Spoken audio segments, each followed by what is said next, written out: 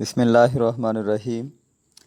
ایک دوست نے سوال کیا کہ علماء کرام کیا فرماتے ہیں کہ سجدہ میں کتنی انگلیوں کا زمین پر لگنا فرض اور کتنی کا واجب ہے؟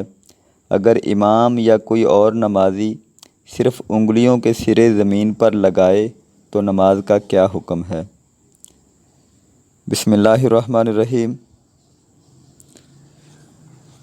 اس کا جواب کچھ یوں ہے کہ امام ہو یا عام نمازی، سجدہ میں دونوں پاؤں کی 10 انگلیوں میں سے کسی ایک انگلی کا پیٹھ زمین پر لگنا فرض ہے، اور ہر پاؤں کی تین انگلیوں کا پیٹھ زمین پر لگنا واجب ہے، اور دونوں پاؤں کی 10 انگلیوں کا پیٹھ زمین پر لگنا اور ان کا قبلہ رو ہونا سنت ہے۔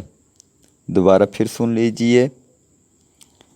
امام ہو یا عام نمازی ہو، سجدہ میں دونوں پاؤں کی 10 انگلیوں میں سے کسی ایک انگلی کا پیٹھ زمین پر لگنا فرض ہے، اور ہر پاؤں کی تین انگلیوں کا پیٹھ یعنی 10 انگلیوں میں سے 6 انگلیوں کا پیٹھ زمین پر لگنا واجب ہے، اور دونوں پاؤں کی 10 انگلیوں کا پیٹھ زمین پر لگنا اور ان کا قبلہ رو ہونا سنت ہے۔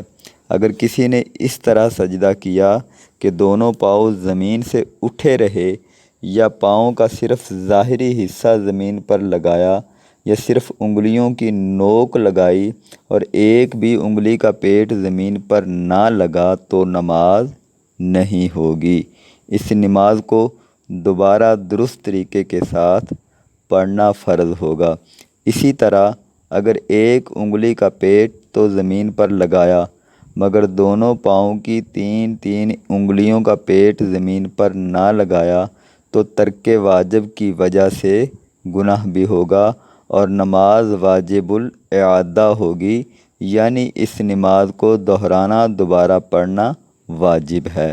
نیز امام چونکہ مقتدیوں کی نماز کا ضامن ہوتا ہے، تو جس صورت میں امام کی نماز نہیں ہوگی اور اعادہ فرض ہوگا، اس صورت میں مقتدیوں کی نماز بھی نہیں ہوگی، ان پر بھی اعادہ فرض ہوگا۔